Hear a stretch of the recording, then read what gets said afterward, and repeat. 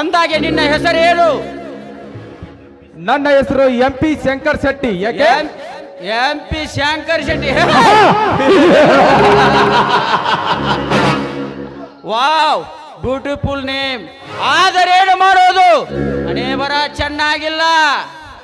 ಅಂದರೆ ನಿನ್ನ ಮಾತಿನ ಅರ್ಥ? ಏಯ್, ಗಾಬರಿ ಆಗಬೇಡ ಮರಿ. ನೀನೊಬ್ಬ MP ಆದರೆ ನಿನ್ನನ್ನು ಯಮನ ಸದನಕ್ಕೆ ಅಟ್ಟಲು ಬಂದ ನಾನೊಬ್ಬ ಯಮನ ಸೇವಕ. ಅರ್ಥಾತ್ ಕೆಂಪೇಗೌಡ. ಕೆಂಪೇಗೌಡ ಕಿರುಚ್. MP ಶಂಕರ್ ಶೆಟ್ಟಿ, ಕಿರುಚು ಬೇಡ. ಕಿರುಚುತ್ತ ಪ್ರಾಣ ಬಿಟ್ಟರೆ ಈ ಕೆಂಪೇಗೌಡನಿಗೆ ತೃಪ್ತಿ ಆಗೋದಿಲ್ಲ. ಬೇಗ ಸೇರಿಕೋ ಮಗನೇ ಯಮಲೋಕದ ಯಮರಾಜನ ಪಾದ ಸೇವೆಗೆ. ಅಂತೂ ಕಣ್ಮರಿಯಾಗಿ ಬಿಟ್ಟಿಯಲ್ಲ ಶಂಕರ್ ಶೆಟ್ಟಿ. ಬರ್ತಿನ ಮಗನೇ ನಿನ್ನ ಸಿದಗಿಯ ಸಿಂಗಾರ ಮಾಡಿಕೊಂಡು ನನ್ನ ಶಿಕಾರಿಗಳನ್ನು ಅರ್ಪಿಸಲು.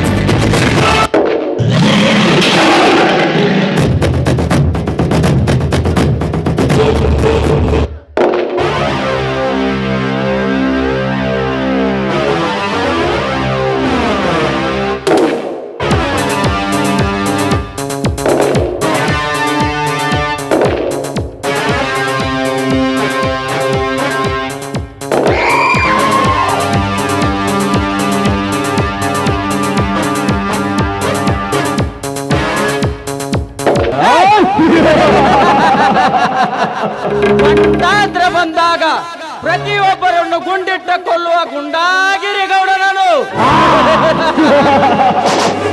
ಅದರಂತೆ ಸನ್ವಸೆ ತಕ್ಕಂತೆ ಸಿಂಗಾರ ಮಾಡಿಕೊಂಡು ಸುವಾಲೆರನ್ನು ಸರ್ದಾರ್ ನೆನೆಸಿಕೊಂಡಿರುವ ಈ ಕೆಂಪೇಗೌಡನನ್ನು ಎದುರು ಹಾಕಿಕೊಳ್ಳೋರು ಈ ಪ್ರಪಂಚದಲ್ಲಿ ಯಾರು ಉಂಟೇ ಇಲ್ಲ.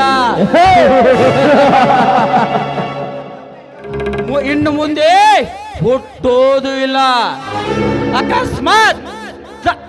ಅಕಸ್ಮಾತ್ ತಪ್ಪಿ ಹುಟ್ಟಿದರೆ ಕೋಲಿ ಮಿಂಚಿನ ಸಿಡಿಲು ಧರಿಸಿಕೊಂಡು ಸುಟ್ಟು ಹಾಕಿ ಕುಟ್ಟಿ ತಿನ್ನುವೆ ಅವರ ಅಂಗಾಂಗಗಳನ್ನು.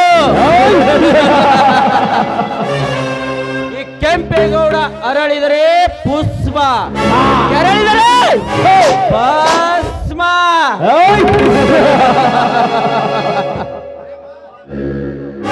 ಕದಂಬ, ಲೇ ಕದಂಬ,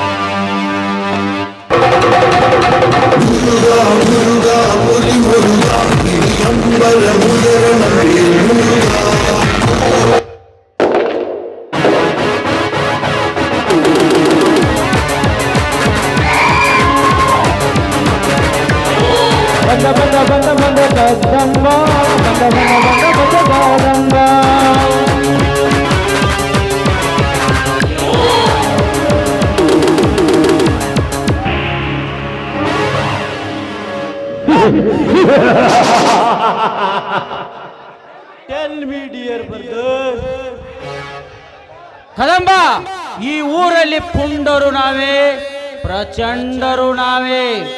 ನಾವು ಹೇಳಿದಾಗೆ ಕೇಳಿಕೊಂಡು ನಾಯಿಯಂತೆ ಬಾಲ ಅಲ್ಲಾಡಿಸುವ ಮುದ್ದ ಜನರಿಗೇನು ಗೊತ್ತು ನಮ್ಮ ಕುತಂತ್ರದ ಕಾರಸ್ಥಾನ.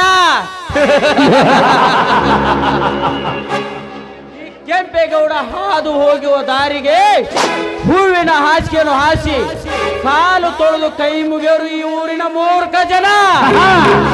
ಅಂದಾಗ ನಾವು ಈ ಊರಲ್ಲಿ ನಮ್ಮದೇ ಸೇವೆ ಅಧಿಕಾರ. ಅಣ್ಣ, ಅಧಿಕಾರದ ಅಟ್ಟಹಾಸದಲ್ಲಿ ಮೆರೆಯುವ ಗುಟ್ಟನ್ನು ರಟ್ಟು ಮಾಡುವ ಒಬ್ಬ ಮಹಾಪುರುಷ ಜನ್ಮ ತಾಳಿದನೆ ಈ ಊರಿನಲ್ಲಿ. ಅದು ಅಲ್ಲದೆ ನಾವು ಮಾಡುವ ಪ್ರತಿಯೊಂದು ಕೆಲಸಕ್ಕೆ ಅಡ್ಡಿಯಾಗಿ ನಿಂತದನೆ ಆ ಬಡ್ಡಿ ಮಗ. ಅಂದರೆ ನಿನ್ನ ಮಾತಿನ ಅರ್ಥ ನಾನು ಹೇಳುದ್ರಲ್ಲಿ ತಪ್ಪಿಲ್ಲ ಅಣ್ಣ. ಮೊನ್ನೆ ನನ್ನ ಕಾಮದ ಬೈಕನ್ನು ತೀರಿಸುವ ಸಂದರ್ಭದಲ್ಲಿ ದುಷ್ಟತನದಿಂದ ನನ್ನ ಜೊತೆ ಹೋರಾಟ ಮಾಡಿ ಆ ಹೆಣ್ಣಿನ ಮುಂದೆ ಅವಮಾನಗೊಳಿಸಿ ಬಿಟ್ಟನು. ಲೇ ಕಳಂಬ, ನಿನ್ನ ಮಾತಿಗೆ ಎದುರುತ್ತರ ಕೊಟ್ಟು ಆ ಕೆಟ್ಟ ಸುಳೆ ಮಗನನ್ನು ನೀ ಮೆಟ್ಟುವ ಮೆಟ್ಟಿನಿಂದ ಹೊಡೆದು ಅವನ ಕೈ ಕಾಲು ಕಟ್ಟಿ ತರಬೇಕಾಗಿತ್ತು ಈ ಕೆಂಪೇಗೌಡನ ಪಾದ ಸೇವೆಗೆ. ಅಣ್ಣನೆಲ್ಲ ಬಿಟ್ಟು ಕೈಲಾಗದೆ ಹೇಡಿಯಂತೆ ಹೊಡೆಸಿಕೊಂಡು ಬಂದಿರೋಲ್ಲ, ನಾಚಿಕಾಗಬೇಕಲೇ ನಿನ್ನ ಜನ್ಮಕ್ಕೆ. ಅಣ್ಣ, ನನಗೆ ಎದುರು ಮಾತನಾಡಿದ ಆ ಮುಂಡೆ ಮಗನನ್ನು ಮೊಂಡದಿಂದ ರೊಂಡವನ್ನು ಬೇರ್ಪಡಿಸೇ ಬರ್ತಿದ್ದೆ. ಆದರೆ ನಿನ್ನ ಅಪ್ಪನೇ ಇಲ್ಲದ ನಿನ್ನ ತಮ್ಮ ಯಾವ ಕೆಲಸಕ್ಕೂ ಕೈ ಹಾಕವನೇ ಅಲ್ಲ. ಅದಕ್ಕಾಗಿ ಅವನನ್ನು ಸುಮ್ಮನೆ ಬಿಟ್ಟು ಬಂದಿದ್ದೇನೆ. Good Kadamba, very good. ಎತ್ತರ ಇರಬೇಕು ನಿನ್ನಂತ ಒಡ ಹುಟ್ಟಿದ ತಮ್ಮಂದಿರು. ಆ ಕಡುವರಿ ಯಾರು ಬೇಗನೆ ಹೇಳು. ಅವನು ತುಂಡು ತುಂಡಾಗಿ ಕತ್ತರಿಸಿ ಹಸಿ ಮಾಂಸವನ್ನು ತಿಂದ ಬಿಡೋಣ. ಅವನೇ ಅಣ್ಣ, ನಮ್ಮ ಕಡೆಯಿಂದ ಸಾಲ ತೆಗೆದುಕೊಂಡು ಹೋಗಿ ನಮ್ಮ ಆಧಾರದಿಂದ ಬದುಕುತ್ತಿರುವ ಆ ಬಡ ನಾರಾಯಣನ ಮಗ ಬಹದ್ದೂರ್. ಲೇ ಬಹದ್ದೂರ್, ಹಿನ್ನಲಿಕ್ಕೆ ತುತ್ತು ಕೂಳು ಗತಿಯಲ್ಲಿದ್ದರು ಆಗ ನಮ್ಮಂತವರ ಮೇಲೆ ಅಧಿಕಾರ ಚಲಿಸೋಷ್ಟು ಧೈರ್ಯ ಬಂದಿದ್ದೇನಲೇ ಬೇಕಾರಿ ಬೇಟ. ನೀನು ಇಷ್ಟು ಬೆಳೆದು ದೊಡ್ಡವನಾಗಿದ್ದು ಈ ಕೆಂಪೇಗೌಡ ನೀಡಿದ ಭಿಕ್ಷೆಯಿಂದ. ಒಪ್ಪತ್ತಿನ ಗಂಜಿಗೂ ಗತಿ ಇಲ್ಲದೆ ಬದುಕುತ್ತಿರುವ ನಿಮ್ಮ ತಂದೆಗೆ ಆಶ್ರಯ ಕೊಟ್ಟ ಆರಾಧ ದೈವ ನಾನು. ದಾನ ಕೊಟ್ಟ ದೇವರಿಗೆ ಅವಮಾನ ಮಾಡಿದೆ ಅಂದ ಮೇಲೆ ಬಾಣ ಬಿಟ್ಟು ಹಾರಿಸುವೆ ನಿನ್ನ ಪ್ರಾಣವನ್ನು. ಅಷ್ಟೇ ಅಲ್ಲ ಅಣ್ಣ,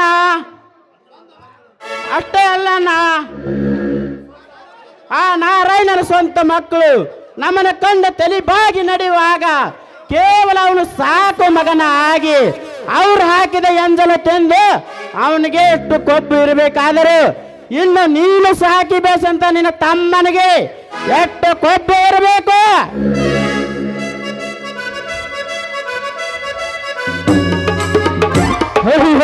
ಅಪ್ಪ ಹೋಯ್ತ್ರಿ ಅಪ್ಪ, ನಿಮ್ದು ಎಲ್ಲ ಪೂರ ಹೋಯ್ತ್ರಿ. ಹೇ ಗ್ಯಾರಂಟಿ, ಏನಾಯ್ತಂತ ಈಗ ಬೊಗಳ್ತೀಯ? ಅಲ್ರಿ, ಆಗುದಿನೇನು ಹೋದತ್ರಿ ಅಪ್ಪ ಗೌಡ್ರ. ನಿಮ್ಮ ಮಾನ ಮರ್ಯಾದೆ ಎಲ್ಲ ಹಾಳಾಗಿ ಹೋಗೈತ್ರಿ ಅಪ್ಪ, ಎಲ್ಲ ಹಾಳಾಗಿ ಹೋಗೈತಿ. ಅಲ್ರಿ, ನಿಮ್ಮ ಕಡೆಯಿಂದ ಸಾಲ ತಗೊಂಡು ಹೋಗಿ ನಿಮಗ ಬಾಯಿಗೆ ಬಾಯಾಗ ಕಾಲು ಮರ ಇಟ್ಟು ಬೌಡ್ತಾನ ಅಂದ್ರೆ ಅವನ ಅಟ್ಟು ಸರಳ ಬಿಡುದು ಬೇಡ್ರಿ. ಅವನು ಹಿಡ್ಕೊಂಬಂದು ಕೈ ಕಾಲು ಕಟ್ಟಿ ಕಚ ಕಚ ಕಚ ಕಚ ಕಡ್ದು ಹಾಕಿಬಿಡೋಣ್ರಿ. ಬಾತ್ರೂಮ್ ಕಡ್ದು ಹಾಕಿಬಿಡ್ರಿ. ಏನಂತೀರಿ ಈ ಗೌಡ್ರ ಮನೆ? ಈ ಗೌಡನನ್ನು ಕಂಡರೆ ಇಡೀ ಪ್ರಪಂಚ ತಲೆಗೂ ಕೆಳ ಮಾಡುತ್ತಿರುವಾಗ ಕೇವಲ ಒಂದು ಬೀದಿ ಬಿಕಾರಿ ನನ್ನೇ ಹೀಯಾಳಿಸಿ ನುಡುತ್ತಿದೆ ಅಂದ ಮೇಲೆ ಈ ಭೂಮಿ ಮೇಲೆ ಬದುಕುವ ಭಾಗ್ಯವನ್ನೇ ಕಳಗುತ್ತಾನೆ ಆ ಬಡ ಬಿಕಾರಿ. ಅಣ್ಣ, ನಮ್ಮಿಂದಲೇ ಬೆಳೆದು ನಮ್ಮಿಂದಲೇ ಬಾಳ ಬದುಕು ಆ ಬಡ್ಡಿ ಮಕ್ಕಳ ಸಂಸಾರವನ್ನು ಛಿದ್ರ ಆಗಬೇಕು. ಪ್ರೇಮ ಬಂಧನದ ಹೆಣದ ಅವರ ಸುಖ ಸಂಸಾರವನ್ನು ನೊಚ್ಚ ನೂರಾಗಬೇಕು. ಅಂದಾಗಲೇ ಈ ನನ್ನ ತಮ್ಮನ ಆತ್ಮಕ್ಕೆ ಶಾಂತಿ. ಕರೆಕ್ಟ್ ಹೇಳಿಲ್ಲ ನೋಡಿ ಮಗನ, ಕರೆಕ್ಟ್ ಹೇಳಿದೆ. ಅಲ್ಲಲ್ಲಿ ನಮ್ಮ ಕಡೆಯಿಂದ ಸಾಲ ತಗೊಂಡು ಹೋಗಿ ನಮಗೆ ಬಾಯಿಗೆ ಬಂದಂಗ ಮಾತಾಡ್ತಾನ, ಬಿರಿಯಾನಿ ಕಡೆಯಿಂದ ಬಾಯಿಗೆ ಬಂದಂಗ ಮಾತಾಡ್ತಾನ ಅಂದ್ರ ಅವನ ಸರಳ ಬಿಡುದು ಬೇಡ್ರಿ. ಅವನು ಹಿಡ್ಕೊಂಡ ತಂದು ನಿಮ್ಮ ಕಾಲಾಗ ಹಾಕಿ ಕೈ ಕಾಲು ಕಟ್ಟಿ ಕಚ ಕಚ ಕಚ ಕಚ ಕಚ ಕಡ್ದು ಬಿಡ್ಬೇಕ್ರಿ. ಅವನ ಸರಳ ಬಿಡ ಅವನದೇನ ನಾಯಿನರಿಗೆ ಹಾಕಿ ಬಿಡೋಣ್ರಿ ಅಪ್ಪ, ನಾಯಿನರಿಗೆ ಹಾಕಿ ಬಿಡೋಣ. ಕನಿಕರವಿಲ್ಲದ ಕಟುಕನಿಗೆ ಕುರಿ ಆಹುತಿ ಆಗಲೇಬೇಕು. ಸೇಡು ತುಂಬಿದ ಈ ಗೌಡನಿಗೆ ಅವರ ಪ್ರಾಣಾಹುತಿ ಆಗಲೇಬೇಕು.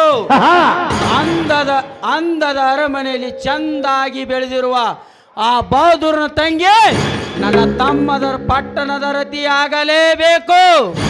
ಅಣ್ಣ, ಅವನ ತಂಗಿ ನನ್ನ ರತಿಯಾಗೋ ಮೊದಲು ನಿನ್ನ ರತಿ ಅವನ ಮನೆ ಸತಿಯಾಗಬೇಕು. ಅಂದರೆ ನಿನ್ನ ಮಾತಿನ ಅರ್ಥ?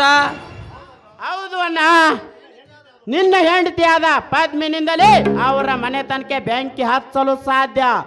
ಇಲ್ಲವಾದರೆ ಮಂಕಿಯಂತೆ ಬಾಲ ಅಳ್ಳಾಡ್ಸೊಂದು ಸುಮ್ಮನಿರಬೇಕಾಗುತ್ತದೆ. ಏ ಕದಂಬ, ಆ ಪದ್ಮಿನಿಂದಲೇ ಅವರ ಮನೆತನ ಸರ್ವನಾಶ ಆಗುವುದಕ್ಕೆ ಅದು ಹೇಗೆ ಸಾಧ್ಯ? ನಾನು ಹೇಳುವ ಐಡಿಯಾ ಸ್ವಲ್ಪ ಗಮನ ಇಟ್ಟು ಕೇಳು.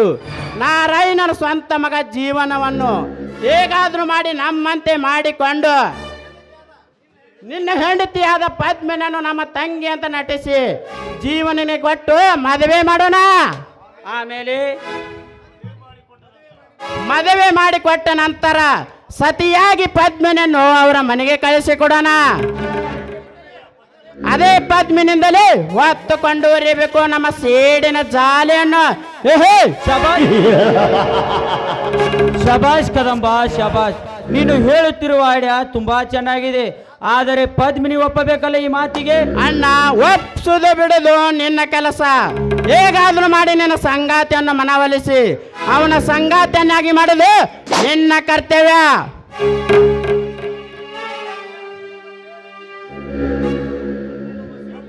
ಅದು ನಮ್ಮನ್ನು ಸೇಡಿ ತೀರಿಸಿಕೊಳ್ಳೋರಿಗೆ ಮಾತ್ರ. ಅಣ್ಣ, ನಿನ್ನ ಹೆಂಡತಿಯನ್ನು ಕರೆದು ಏನದು ಬಿಡು ನಿನ್ನ ಪ್ರೇಮದ ಜ್ವಾಲೆಯನ್ನು. ನನಗೆ ಸ್ವಲ್ಪ ಅರ್ಜೆಂಟ್ ಕೆಲಸ ಇದೆ, ಬರ್ತೀನಿ. ಬಾ, ಗ್ಯಾರಂಟಿ, ಹೋಗೋಣ. ನಡಿಲಿ ಮಗನ, ಮಗ ದೇವ್ರ ಕೋಣ ಆಗ್ಯಾನ. ಕೈ ಕೈ ಕೈ ಹೆಣ್ಣ ಕೋಣ ಅರ್ಥ ಮಾಡ್ತಾನೆ.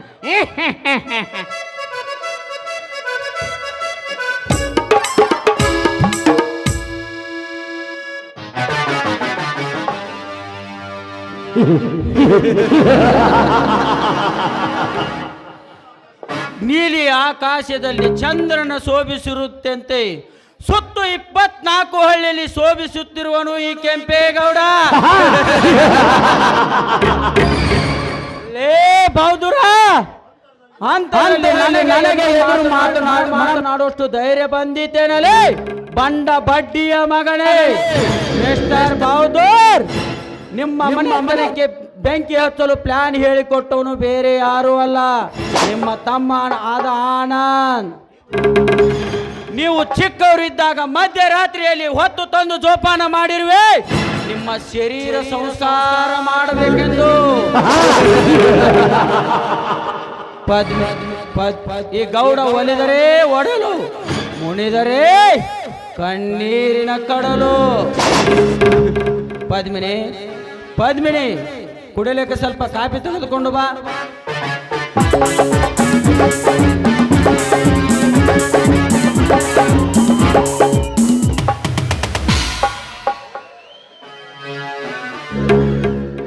ಕಾಫಿ ಚೆನ್ನಾಗಿದೆ ಏನ್ರಿ? ಕಾಫಿ ತುಂಬಾ ಚೆನ್ನಾಗಿದೆ. ಈ ಕಾಫಿಯಲ್ಲಿ ಸಕ್ಕರೆಯ ಬದಲು ನಿನ್ನ ಅಕ್ರೆಯ ನಗು ಬೆರೆಸಿದಂತೆ ಕಾಣುತ್ತದೆ, ಅದಕ್ಕೆ ಕಾಫಿ ತುಂಬಾ ಚೆನ್ನಾಗಿದೆ. ಹೋಗ್ರಿ ನೀವು, ಯಾವಾಗ ನೋಡಿದ್ರು ಬರೀ ತಮಾಷೆನೇ ಮಾಡ್ತೀರಾ. ತಮಾಷೆಗೊಂದು ಮಿತಿ ಇರಬೇಕು. ಪದ್ಮಿನಿ, ಪದ್ಮಿನಿ, ಈ ಜೀವನದಲ್ಲಿ ಅರ್ಥ ಮಾಡಿಕೊಂಡಿರುವ ಪ್ರಥಮ ಬಾಲೆ ನೀನು. ಅದಕ್ಕಂತೆ ಯಾವಾಗಲೂ ನಿನ್ನ ಪ್ರೀತಿಸಿ ನಗುತ್ತಾ ಇರಬೇಕೆಂಬುದು ಈ ಮನ್ಮಥನ ಆಸೆ. ಸಿರಿ ಸಂಪತ್ತಿನ ಸೊಗಸಾದ ಸೊಬಗಿನಲ್ಲಿ ನಾನಿರ್ಬೇಕಾದ್ರೆ ಯಾವಾಗ್ಲೂ ಹೂವಿನ ಹಾಸಿಗೆಯಲ್ಲಿ ಮಲಗಿ ನಿತ್ಯ ನಿಮ್ಮಿಂದ ನಾನಿರ್ಬೇಕಾದ್ರೆ ಯಾವಾಗ್ಲೂ ನಾನು ಸದಾ ಸುಖವಾಗಿರುವೆ. Correct Padmini, correct. ಈ ಜೀವನದಲ್ಲಿ ಅರ್ಥ ಮಾಡಿಕೊಂಡವರು ಪ್ರಥಮ ಬಾಲೆ ನೀನು. ಅದಕ್ಕಂತೆ ನಿನ್ನನ್ನು ಪ್ರೀತಿಸಿ ನನ್ನ ಜೀವನದ ಸಂಗಾತಿಯನ್ನು ಮಾಡಿಕೊಂಡಿರುವೆ. ಆದರೆ ಎಂಬ ಅನುಮಾನವೇಕೆ ಪ್ರಿಯ? ಸಂಪತ್ತಿನ ಸುಕುಮಾರನ ಸತಿಯಾಗಿ ಬಂದಿರುವ ನಾನಿರ್ಬೇಕಾದ್ರೆ ಅನುಮಾನ ಬೇಕೇ? ಹೇಳಿ, ನನ್ನಿಂದ ನಿಮಗೇನಾದ್ರೂ ಸಹಾಯ ಆಗ್ಬೇಕೇ? ಹಾಗಾದರೆ ವಚನ ಕೊಡು ಪದ್ಮಿನಿ. ನನ್ನಾನೆ ನಿಮ್ಮಾನೆ, ತೆಗೆದುಕೊಳ್ಳಿ ವಚನವನ್ನ. ಅದ್ಯಾವ ಸಹಾಯ ಅಂತ ಹೇಳಿ. ಪದ್ಮಿನಿ, ಇನ್ನು ಮುಂದೆ ಮತ್ತೊಬ್ಬನ ಸತಿಯಾಗಲೇಬೇಕು ನೀನು. ನೋ, ಅದೆಂದಿಗೂ ಸಾಧ್ಯವಿಲ್ಲ. ನೀವು ಈ ರೀತಿ ನನಗೆ ಮೋಸ ಮಾಡ್ತೀರಾ ಅಂತ ನಾನು ಅಂದುಕೊಂಡಿರಲಿಲ್ಲ. ಪದ್ಮಿನಿ, ಸತಿಯಾಗಲು ಅಂದರೆ ಇಡೀ ಜೀವನ ಪೂರ್ತಿ ಅಲ್ಲ, ಕೇವಲ ನನ್ನ ಕಾರ್ಯ ಸಾಗಿಸಿಕೊಳ್ಳುವವರಿಗೆ ಮಾತ್ರ. ನನ್ನ ಕಾರ್ಯ ಸಾಗಿಸಿಕೊಂಡ ಬಳಿಕ ನಾನು ನೀನು ಜೋಡಿ ಹಕ್ಕಿಯಾಗಿ ಹಾಯಾಗಿ ಇರೋಣ. ದಯವಿಟ್ಟು ಈ ಮಾತನ್ನು ನಡೆಸಿಕೊಡು ಪದ್ಮಿನಿ, ಪ್ಲೀಸ್. ಆಯ್ತು, ನಿಮ್ಮ ಆಸೆ ನನ್ನ ಆಸೆ. Good Padmini, very good. ಇದ್ದರೆ ಇರಬೇಕು ನಿನ್ನಂತ ಮನ ಮೆಚ್ಚಿದ ಪ್ರೇಯಸಿ. ಇದೇ ಸಂತೋಷಕ್ಕೆ ಉಲ್ಲಾಸ ತುಂಬಲು ಗಾನ ಗಂಧರ್ವದಂತೆ ಹೊರಹೊಮ್ಮಿಸುವ ಒಂದು ಸುಮಧುರವಾದ ಕಾಟದಿಂದ ಗೀತೆಯನ್ನು. ಲೋಕದ ಪ್ರೇಮ ಕನ್ನೆ ಕೊಡುವ ಕೊಡುವ ಮದ ಮುದವನು ನೀಡುವ.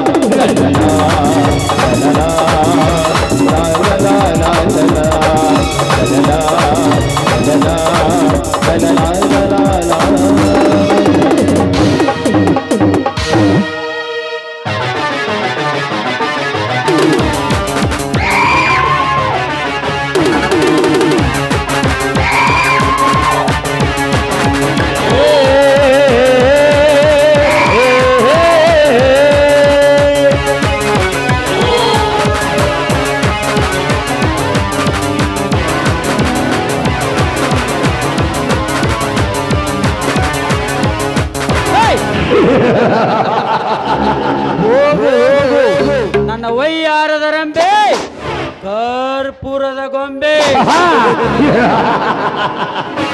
ನಿನ್ನ ಸೌಂದರ್ಯಕ್ಕೆ ನಾನು ಸೋತು ಹೋದೆ. ಇನ್ನು ತಡ ಮಾಡದೆ ನನ್ನ ಶಿಕಾರಿಗಳನ್ನು ಸೆರೆ ಹಿಡಿಯುವ ಬರುವೆ ನಿನ್ನ ಯೌವನ ಜಾಲತನದಿಂದ.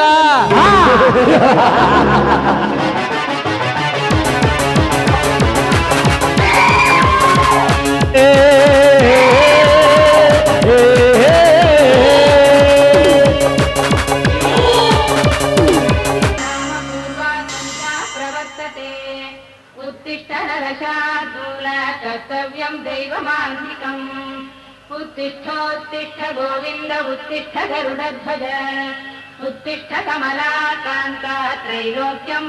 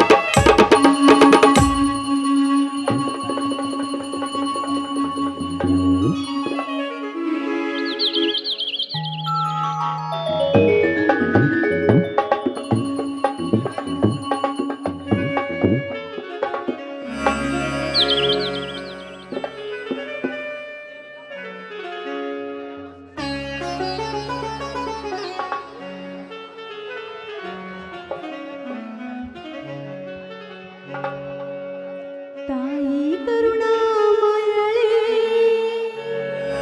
ತಾಯಿ ಜಗದೀಶ್ವರಿ ಭುವದೊಳಗವತರಿಸಿ ದೀನರ ಉದ್ಧರಿಸು ಭುವದೊಳಗವತರಿಸಿ ದೀನರ ಉದ್ಧರಿಸು ತಾಯಿ ಕರುಣಾಮಯಳೇ ತಾಯಿ ಜಗದೀಶ್ವರಿ ತಾಯಿ ಕರುಣಾಮಯಳೇ ತಾಯಿ ಜಗದೀಶ್ವರಿ ಭುವದೊಳಗವತರಿಸಿ ದೀನರ ಉದ್ಧರಿಸು ಭುವದೊಳಗವತರಿಸಿ ದೀನರ ಉದ್ಧರಿಸು ತಾಯಿ ಕರುಣಾ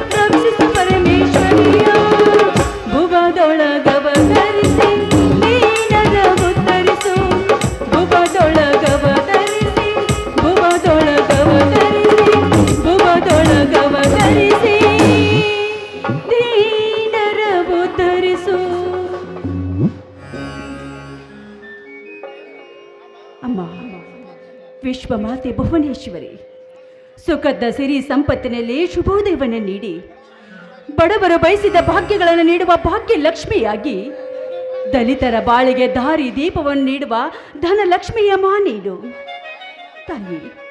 ನಿನ್ನನ್ನ ಎಷ್ಟು ಕೊಂಡಾಡಿದ್ರು ತೀರು ತಾಯಿ, ಋಣ ತೀರಿದು ಅಂದಾಗ ತುಂಬಿದ ಸಂಸಾರದಂತಿರುವ ಈ ನಮ್ಮ ಸಂಸಾರಕ್ಕೆ ಯಾವ ಕುಂದು ಕೊರತೆ ಬರದ ಹಾಗೆ ಕಾಪಾಡೋ ಭಾರ ನಿನ್ನನ್ನೇ ಕುಡಿದೆ ತಾಯಿ, ನಿನ್ನನ್ನೇ ಕುಡಿದೆ.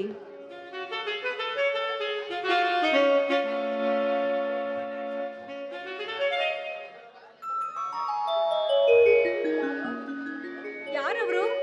ಓಹೋ, ನೀವೇ ಅಲ್ವೇನು ಮಿಸ್ಟರ್ ಬಹದ್ದೂರ್? ಕರೆಕ್ಟ್ ಅಮ್ಮ, ಕರೆಕ್ಟ್. ಕಳ್ಳರನ್ನು ಕಂಡಿಡಿಯುವ ನೀನೇನಾದರೂ ಪೊಲೀಸ್ ಆಗಿದ್ದರೆ ಈ ಜಗತ್ತಿನಲ್ಲಿ ಯಾರೂ ಇರ್ತಿರಲಿಲ್ಲ. ಅಂದಾಗ ದೇವರಲ್ಲಿ ಏನು ಹೊರ ಬಿಡ್ಕೊಂಡೆಮ್ಮ? ಈ ನಮ್ಮ ಅಣ್ಣಂದಿರು ಯಾವಾಗಲೂ ಸುಖವಾಗಿರಬೇಕು, ನಮ್ಮ ಅಣ್ಣನಿಗೆ ಒಂದು ಮುದ್ದಾದ ಅತ್ತಿಗೆ ಬರಬೇಕು ಅಂತ ನಾನು ಆ ದೇವರಲ್ಲೇ ಬೇಡ್ಕೊತಾ ಇದ್ದೆ. ಯಾಕಣ್ಣ, ಅತ್ತಿಗೆ ಅಂದ ತಕ್ಷಣ ಮುಖ ಕಪ್ಪಗಾಯ್ತಲ್ಲ, ಯಾಕೆ? ಅತ್ತಿಗೆ ಅಂದ್ರೆ ಭಯನಾ? ಹೌದಮ್ಮ, ತುಂಬಾ ಭಯವಾಗುತ್ತಿದೆ. ಏಕೆಂದರೆ ಒಳ್ಳೆ ಹೆಂಡತಿ ಸಿಕ್ಕರೆ ಸರಿ, ಇಲ್ಲಾಂದರೆ ಭೂತ ಪಿಸಾಸಿ ಅಂತ ಹೆಂಡತಿ ಸಿಕ್ಕರೆ ಎಲ್ಲಿ ನನ್ನನ್ನು ನುಂಗಿ ಬಿಡುತ್ತಾಳಂತೇಳಿ ಭಯವಾಗುತ್ತದೆ.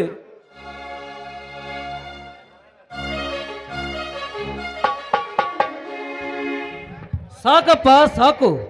ಅಣ್ಣ ತಂಗಿ ಮಾತನಾಡುತ್ತಾ ನಿಂತರೆ ಈ ಲೋಕನೇ ಮರೆತು ಬಿಡುತ್ತಾರೆ. ಬಹದ್ದೂರ್, ನಾಳೆ ಅಶ್ವಿನಿಯ ಹುಟ್ಟುಹಬ್ಬ. ಬರೀ ಹರಟೆ ಹೊಡೆಯುತ್ತಾ ನಿಂತಿದ್ದೀಯಲ್ಲ, ಪೇಟೆಗೆ ಹೋಗುವುದಿಲ್ಲವೇ? ಅಯ್ಯೋ ರಾಮ, ಮರ್ತೇ ಬಿಟ್ಟಿದ್ದೆ. ಅಪ್ಪ, ಈಗಲೇ ಹೋಗಿ ಸಂತಿ ಮಾಡಿಕೊಂಡು ಬರುತ್ತೇನೆ. ನಿನ್ನೆ ಸಾಯಂಕಾಲ ಚಿಕ್ಕಣ್ಣ ಫೋನ್ ಮಾಡಿದ್ದ, ವಿದ್ಯಾಭ್ಯಾಸ ಮುಗಿಸ್ಕೊಂಡು ಊರಿಗೆ ಬರ್ತೀನಿ ಅಂತ. ಇವತ್ತು ಬಂದರೂ ಬರ್ಬೋದು. ಅಂದರೆ ನನ್ನ ತಮ್ಮ ಜೀವನ್ ಬರುತ್ತಾನೆ. ತುಂಬಾ ಸಂತೋಷ. ಬಹಳ ದಿನವಾಗಿತ್ತು ನನ್ನ ತಮ್ಮನ ಮುಖ ನೋಡಿ. ಅಪ್ಪ, ತಮ್ಮ ಬಂದ ಮೇಲೆ ಭೇಟಿಗೆ ಹೋಗ್ತೇನೆ. ತಮ್ಮ ತಂಗಿ ಅಂದ್ರೆ ನಿನಗೆ ಪಂಚಪ್ರಾಣ. ಆಯ್ತು, ಅಷ್ಟೇ ಮಾಡಪ್ಪ. ಅಪ್ಪ ನೋಡಲಿ, ನೆನ್ಸು ಅಷ್ಟರಲ್ಲಿ ಅಣ್ಣ ಬಂದೇ ಬಿಟ್ಟ. ಜೀವನ್, ಹೀಗೆ ಬಂದೇನಪ್ಪ? ನಿನಗೋಸ್ಕರ ದಾರಿ ಕಾಯುತ್ತಿದ್ದೇವೆ. ಚೆನ್ನಾಗಿದೆಯೇನಪ್ಪ? ಚೆನ್ನಾಗಿದೆಯೇನ? ನಾನು ಯಾವಾಗಲೂ ಚೆನ್ನಾಗೇ ಇದ್ದೇನೆ. ನೀವು ಹೇಗೆ ಇದ್ದೀರಿ? ಅಂದ ಹಾಗೆ ಅಶ್ವಿನಿಯವರು ಚೆನ್ನಾಗಿದ್ದಾರೇನು? ಹೋಗೋಣ, ನಾನು ನಿನ್ನ ಜೊತೆ ಮಾತನಾಡೋದಿಲ್ಲ, ನಿನ್ನ ಜೊತೆ ಅಣ್ಣ, ತಂಗಿ ಕೋಪಿಸಿಕೊಂಡರೆ ಹೇಗೆ ಕಾಣಿಸುತ್ತಾಳೆ ಹೇಳಿ ನೋಡೋಣ. ಒಳ್ಳೆ ಕಿತ್ತೂರು ಚೆನ್ನಮ್ಮ ತರನೇ ಕಾಣಿಸಿಕೊಳ್ಳುತ್ತಾಳೆ. ತಪ್ಪಣ್ಣ, ತಪ್ಪು. ನಾನು ಹೇಳುತ್ತೇನೆ, ನಿಜವಾಗಲು ಓಣಿಕೆ ಒಬ್ಬವ ತರ ಕಾಣಿಸುತ್ತಾಳೆ. ಅಪ್ಪ ನೋಡಿವ್ರು ಹೇಗೆ ಮಾತಾಡ್ತಾ ಇದ್ದಾರಂತ. ನಾನೇನಮ್ಮ ಮಾಡಲಿ? ಅಣ್ಣ ತಂಗಿಯರು ಕೂಡಿದರೆ ಆ ಮಹಾಯುದ್ಧವೇ ಶುರುವಾಗಿ ಬಿಡುತ್ತದೆ. ಅಪ್ಪ, ತಂಗಿ ಯಾಕೆ ನನ್ನ ಮೇಲೆ ಇಷ್ಟೊಂದು ಕೋಪಿಸಿಕೊಂಡಿದ್ದಾಳೆ? ಮತ್ತಿನ್ನೇನಪ್ಪ ಜೀವನ್, ನೀನು ಹೋಗಿ ಒಂದು ತಿಂಗಳಾದರೂ ಒಮ್ಮೆಯಾದರೂ ಫೋನ್ ಮಾಡಿಲ್ಲ, ಒಂದು ಲೆಟರ್ ಕೂಡ ಹಾಕಿಲ್ಲ. ಹೀಗಾಗಿ ನಿನ್ನ ತಂಗಿಗೆ, ಮುದ್ದಿನ ತಂಗಿಗೆ ನಿನ್ನ ಮೇಲೆ ಕೋಪ. ಕ್ಷಮಿಸಬೇಕು ಮಹಾರಾಣಿಯವರು, ಇನ್ಮೇಲೆ ಹೋದ್ರೆ ಫೋನ್ ಕೆಳಗಡೆನೆ ಇಡುವುದಿಲ್ಲ. ಹಾಗೆ ಹಗಲು ರಾತ್ರಿ ಫೋನಿನಲ್ಲಿ ಮಾತನಾಡುತ್ತಾನೆ ಇರ್ತೇನೆ. ಆಯ್ತೇನಮ್ಮ? ಹರಟೆ ಸಾಕು, ಹೊಟ್ಟೆ ತುಂಬಾ ಹಸಿತಾ ಇದೆ, ಬನ್ನಿ ಊಟ ಮಾಡೋಣ.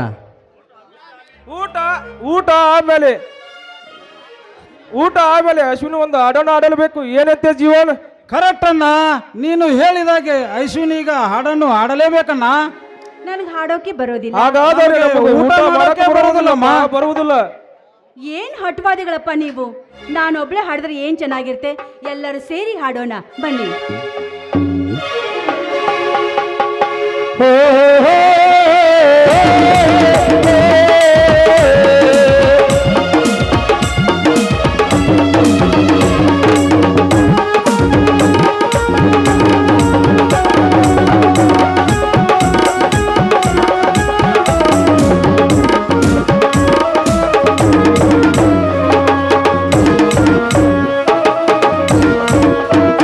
ನನ್ನ ಬಂಗಾರ, ನನ್ನ ಬಂಗಾರದಂತ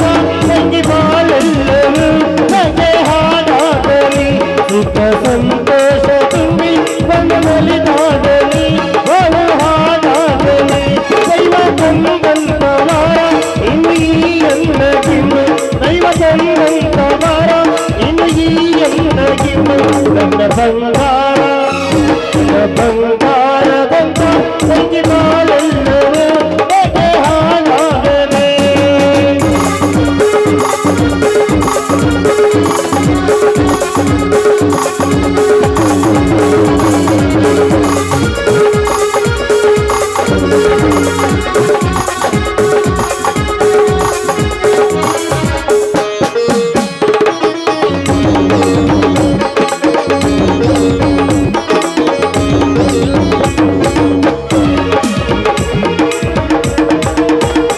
ಎಣ್ಣೆ ಹಚ್ಚಿ ನೀರು ಹಾಕಿ ರೇಷ್ಮೆ ಸೀರೆ ಉಡಿಸಿ ನಾನು ನಲಿವೆ.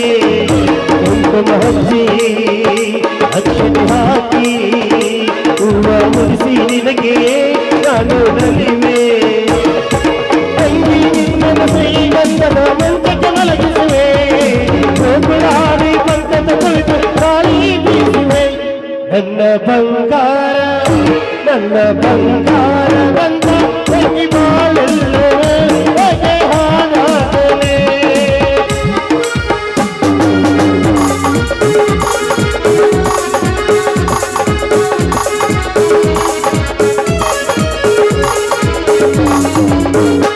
ಒಬ್ಬ ಚೆಲುವ ಬಾಲೆ ತರುವ ತಾಳಿ ಕಟ್ಟಿ ನಿನ್ನ ಕೈಯ ಹಿಡಿವ ಆದ ಸರದ ಜೊತೆ ಜೊತೆಗೆ ಕವಲಿನಿಂದ ನಿನ್ನ ಬೀಳು ಕೊಡುವೆ. ನೀನು ನಡೆಯುವ ಹಾದಿಗೆ ನಾನು ಹೂವನಾಸುವೆನು. ಬಾರದಲ್ಲಿ ನನಗೆ ನಾನು ಹರಿಸುತ್ತಾ ಹಾಡುವೆನು. ಕಣ್ಣರಿಸುತ್ತಾ ಹಾಡುವೆನು. ನನ್ನ ಬಂಗಾರ ನನ್ನ ಬಂಗಾರ ತಂಗಿ ಬಾಳೆಲ್ಲವೂ ಹೇಗೆ ಹಾಳಾಗದೆ.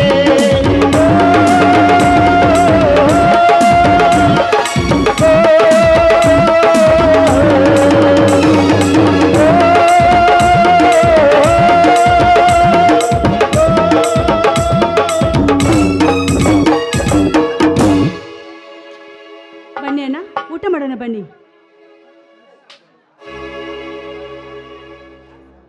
ಶ್ರೀರಾಮನ ಕಾಲಕ್ಕೆ ಮಾತ್ರ ಸಿರಿ ಸೌಖ್ಯ ಇತ್ತು.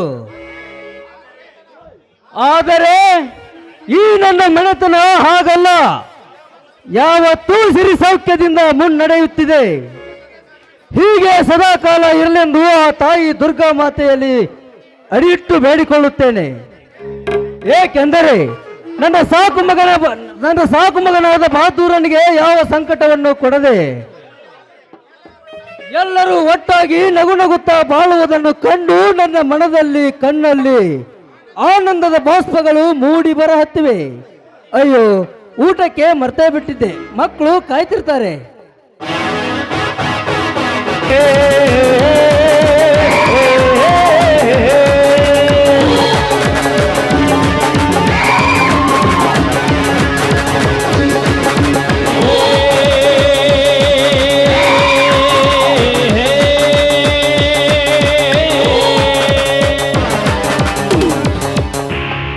ನಾರಾಯಣ, ಲೇ ನಾರಾಯಣ,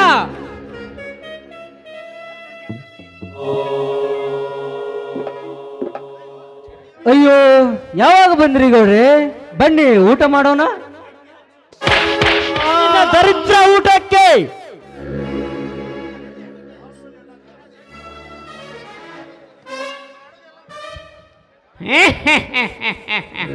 ಅಲ್ಲಲೇ ತಮ್ಮ ನಾರ್ಯ ಮಾಡೋದೆಲ್ಲ ಕಾರ್ಬಾರ ಮಾಡಿ ಮಗನ. ಈಗ ಮಳ್ಳಿ ಹಂಗ ಊಟಕ್ಕೆ ಕರಿಯಾಕತ್ತಿಲ್ಲ ಮಗನ, ಊಟಕ್ಕೆ ಕರ್ತೀಯ ಅಲ್ಲಲ್ಲಿ ನೀ ತಿಂತಿರು ತಟ್ಟಿ ಒಳಗಿನ ಅನ್ನ ನಮ್ಮ ಗೌಡ್ರದಿ ಬಾಂಡಸಿ ಅಂತದ್ರಾಗ ನೀ ಹಾಕ್ಕೊಂಡಿರೋದು ನಮ್ಮ ಮಾಂಡ ಬಿರಿಯಾನಿ ಅಂಗಿ.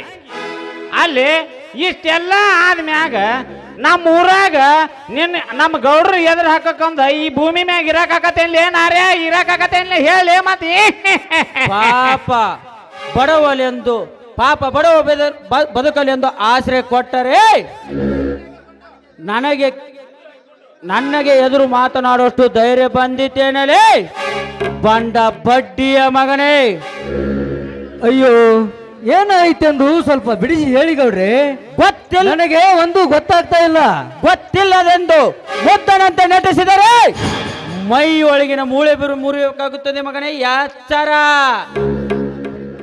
ಕೊಟ್ಟ ಸಾಲವನ್ನು ಕೇಳಲು ಬಂದರೆ ನನ್ನ ತಮ್ಮನಿಗೆ ಮನ ಬಂದಂತ ಹೊಡೆದು ಕಳಿಸಿದ್ದಾನಂತೆ ಆ ನಿನ್ನ ಸಾಕು ನಾಯಿ ಬಹದ್ದೂರ್.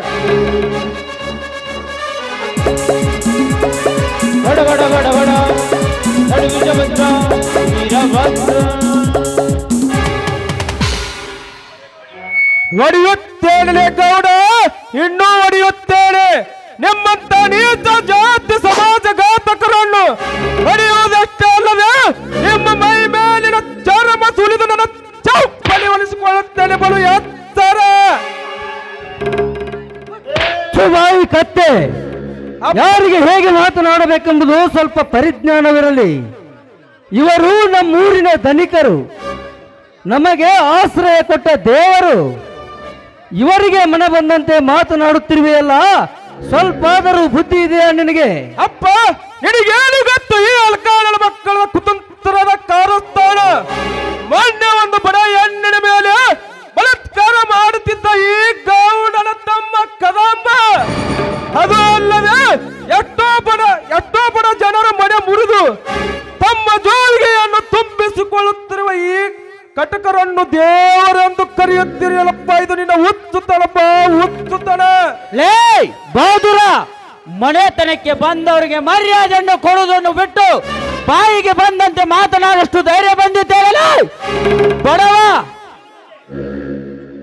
ಇನ್ನು ಮುಂದೆ ನೋಡುತ್ತಿರು ಈ ಗೌಡನ ಅವತಾರ. ಅಗ್ನಿ ಮುಟ್ಟಿದ ತಕ್ಷಣ ಸುಡುತ್ತದೆ, ಸರ್ಪ ಕಚ್ಚಿದ ತಕ್ಷಣ ವಿಷ ಬಿಡುತ್ತದೆ. ಆದರೆ ಈ ಗೌಡ ಹಾಗಲ್ಲ, ನಿಮ್ಮ ಇಡೀ ಜೀವನ ಪೂರ್ತಿ ಕೊರೆಗೆ ಅಂತೆ ಮಾಡುವುದೇ. Be careful. ಲೇ ತಮ್ಮ, ಅಲ್ಲಲೇ ಸುಮ್ಮನೆ ಯಾಕೆ ಹಾರಾಡ್ತಿಲಿ? ಅವನು ಬಿಳಿಗೆ ಮಾಡಿ ಹಾರಾಡ್ದಂಗ ಅವನವನು ಎಷ್ಟು ಕಡ್ದ್ರು ಬರೀ ನೆಲನ ಕಡ್ತಾನ. ಅವೇನು ಗಿಡ ಕಡ್ದಲ್ರಿ, ಅವ ಬರೀ ನೆಲನ ಕಡ್ದ ಬಿಳಿಗೆ ಮಾಡಿ ಅಂತ ಹೆಸರು ಇಟ್ಕೊಂಡ್ರಿ.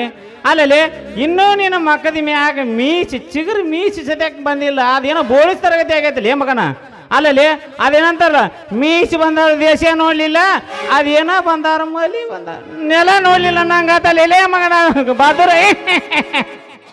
ಲೇ ಬಹದ್ದೂರ, ಸರ್ಪಗಳು ಸರಸವಾಡಿದರೆ ಅದು ನಿನ್ನ ಸಾವಿಗೆ ಕಾರಣ.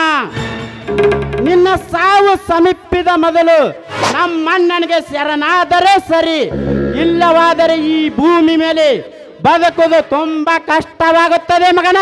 ಏ ಕಂತ್ರಿಗಳ ಮಕ್ಕಳೇ, ನಿಮ್ಮ ಕಥೆ ಪುರಾಣ ನನಗೆ ಬೇಕಾಗಿಲ್ಲ. ಮರು ಮಾತನಾಡದೆ ಸುಮ್ಮನೆ ಇಲ್ಲಿಂದ ಹೊರಟು ಹೋದರೆ ಸರಿ, ಇಲ್ಲದಿದ್ದರೆ ನಿಮ್ಮೆಲ್ಲರ ರುಂಡವನ್ನು ಬೇರ್ಪಡಿಸಿ ನಮ್ಮ ಮನೆ ಬಾಗಿಲ ತೋರಣ ಕಟ್ಟಬೇಕಾಗುತ್ತದೆ. ಬಲು ಜೋಕೆ. ಬಿಕಾರಿ ನನ್ನ ಮಗನೇ, ಗಂಜಿಗೂ ಗತಿ ಇಲ್ಲದೆ ಬದುಕುತ್ತಿರುವ ನಿನಗೆ ಇಷ್ಟು ಕೋಪ ಇದೆ ಅಂದ ಮೇಲೆ ಆ ನಿನ್ನ ಕೋಪವನ್ನು ಇಬ್ಬಾಗಿ ಮಾಡಿ ನಿನ್ನ ಹಸಿ ಮಾಂಸವನ್ನು ತಿಂದು ಬಿಡವೆ.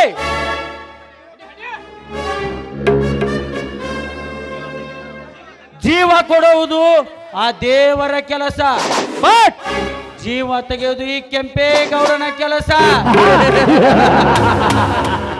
ಬರ್ತೇನೆ ಮಗನೇ, ಬಿ ಕೇರ್ಫುಲ್. ಬಿಡಲಾರೆ ಬಿಡಲಾರೆ. ಹೋಗಲೇ ಬಿಕಾರಿ ಬೇಟ, ನನ್ನ ತಂದ ಬೇಯಿಸಿದ ಈ ಹುಕ್ಕಿಣದೇಕು ಏನು ಮಾಡಕ್ಕಾಗುವುದಿಲ್ಲ. ಬಹದ್ದೂರ, ಚಿಕ್ಕಂದಿನಿಂದಲೂ ನಿನ್ನನ್ನು ಸಾಕಿ ಬೆಳೆಸಿದ ಈ ನನ್ನ ಕೈಗಳು ಇಂದು ನಿನ್ನ ಕೆನ್ನೆಗೆ ಹೊಡೆಯುವಂತೆ ಆಯಿತಲ್ಲಪ್ಪ, ನಿನ್ನ ಕೆನ್ನೆಗೆ ಹೊಡೆಯುವಂತೆ ಆಯಿತು. ಅಪ್ಪ, ದಯವಿಟ್ಟು ನನ್ನನ್ನು ಕ್ಷಮಿಸಿಬಿಡಪ್ಪ, ಕ್ಷಮಿಸಿಬಿಡು. ಅಪ್ಪ, ಯಾಕಪ್ಪ ಈ ರೀತಿ ಮಾತನಾಡುತ್ತಿರುವೆ? ತತ್ತಿ ಬುದ್ಧಿ ಹೇಳುವುದು ಹಿರಿಯರ ಕರ್ತವ್ಯ. ಅಂದ ಮೇಲೆ ಹೊಡೆಯುವುದು ಬಡಿಯುವುದು ಸರ್ವಸಾಮಾನ್ಯ. ಅದರ ಬಗ್ಗೆ ನೀ ಏನು ಚಿಂತಿಸಬೇಡಪ್ಪ, ಚಿಂತಿಸಬೇಡ. ಬಾರಪ್ಪ, ಒಳಗಡೆ ಹೋಗಿ ಊಟ ಮಾಡೋಣ.